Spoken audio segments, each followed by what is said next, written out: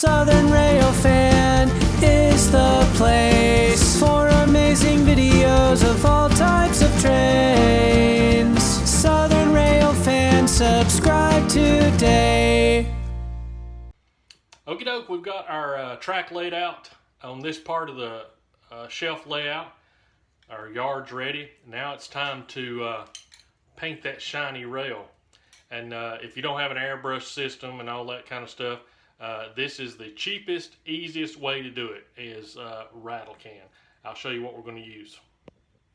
Okay, we're going to use Rust-Oleum Painter's Touch 2X Ultra Cover paint and primer. Make sure it is paint and primer, and we're using Satin Espresso. Now that's what I like to use because that's what the rails and ties and stuff look like, you know, in my area that I'm modeling, Western North Carolina with CSX and Norfolk and Southern. Now if you're using concrete ties or something like that, you need to use a brush and be very careful. But this we can do one coat straight over the track. As you can see, we've already got that done there. Look how good that looks. And we're going to do the rest of it. I'm going to go ahead and do it with the switch stands in place. I don't know, I might take one off and see how it looks first. But we'll need to get us a piece of cardboard to make sure we don't get any overspray on this back wall. And then we'll start hitting this. But as always, safety plus. You need some type of breathing mask, and you need a way to ventilate the room that you're in. Ultimately, the best thing to do would be take the whole section, if you had a module, to take it outside. But we do not have that luxury, so we're needing a well ventilated room. So we're going to start that now. We're going to start up a fan and get to painting.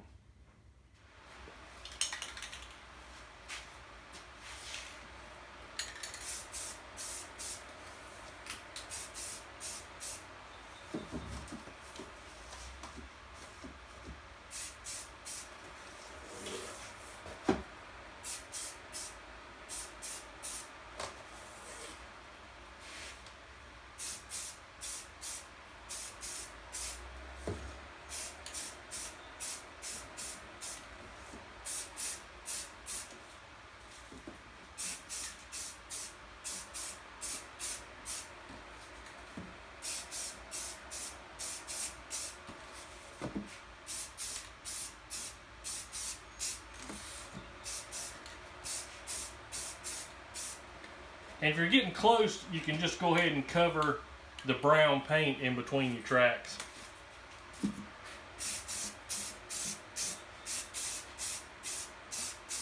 It's all going to be a good base for your earth tones anyway.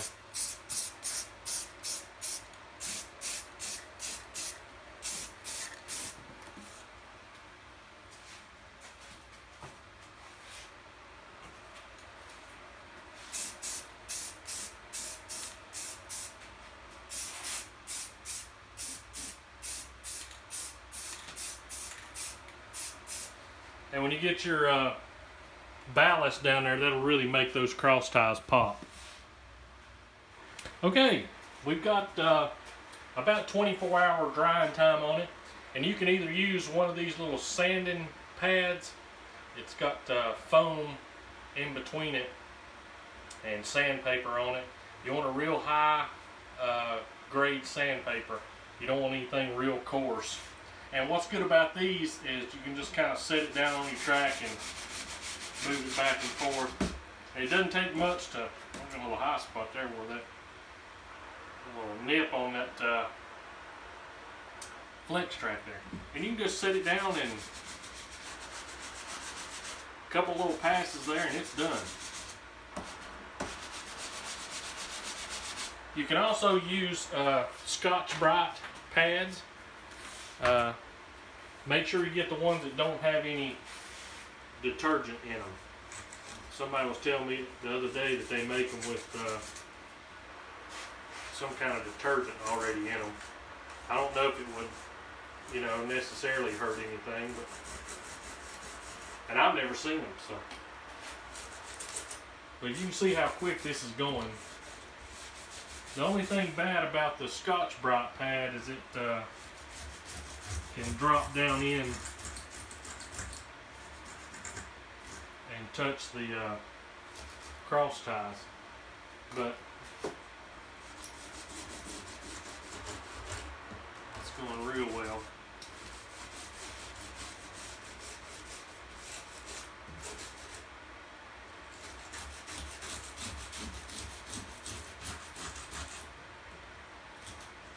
And you just want to take the paint off the top of the rails so that your wheels on your locomotive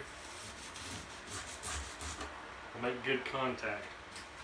Now in the crossing switches, I always just kind of bend it up where I got it on my index finger. Just work that one rail at a time.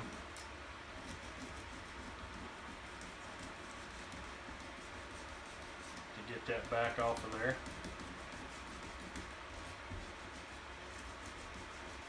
And then on the points on your switch track, let me move this around.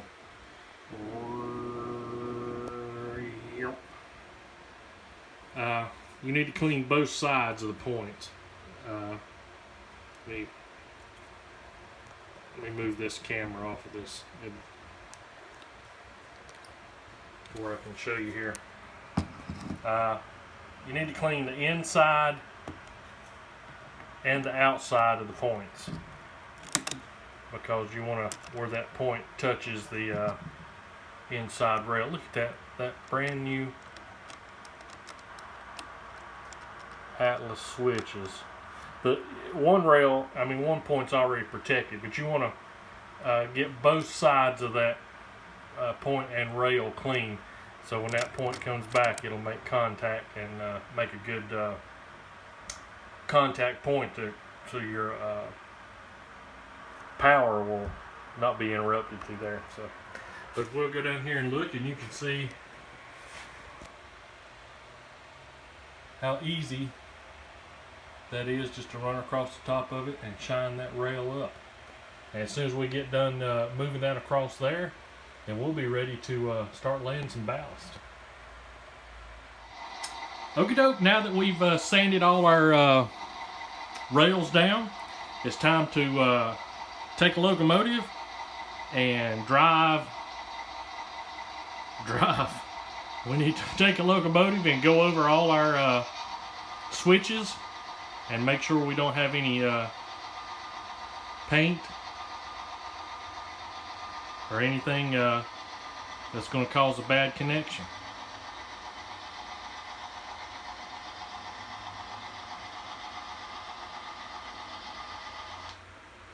Alright, right there we got a little bit, yeah. So we'll have to go back and pay a little bit closer attention to that switch there. So once we do that, let's move him on the other side there.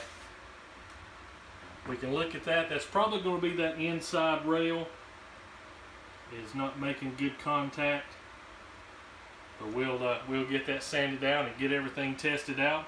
But that's a good way, a quick way, and a cheap way to get some color on your rail. Now the reason I use the primer and paint combination, because if you just use paint, this shiny metal on the rail, it just kind of runs off of it, and you have to hit it several times. But if it's got that primer already in there, when it hits, it sticks. So it does a real good job. So we should take care of this switch, and if we hit any more down the round and get those sanded down, and we'll be ready for laying some scenery on this end down here. This is going to be the old yard. This up here is going to be the new yard. So we'll get that ready tonight, and maybe tomorrow start putting down some ballast. Okie doke, thank you guys so much for watching.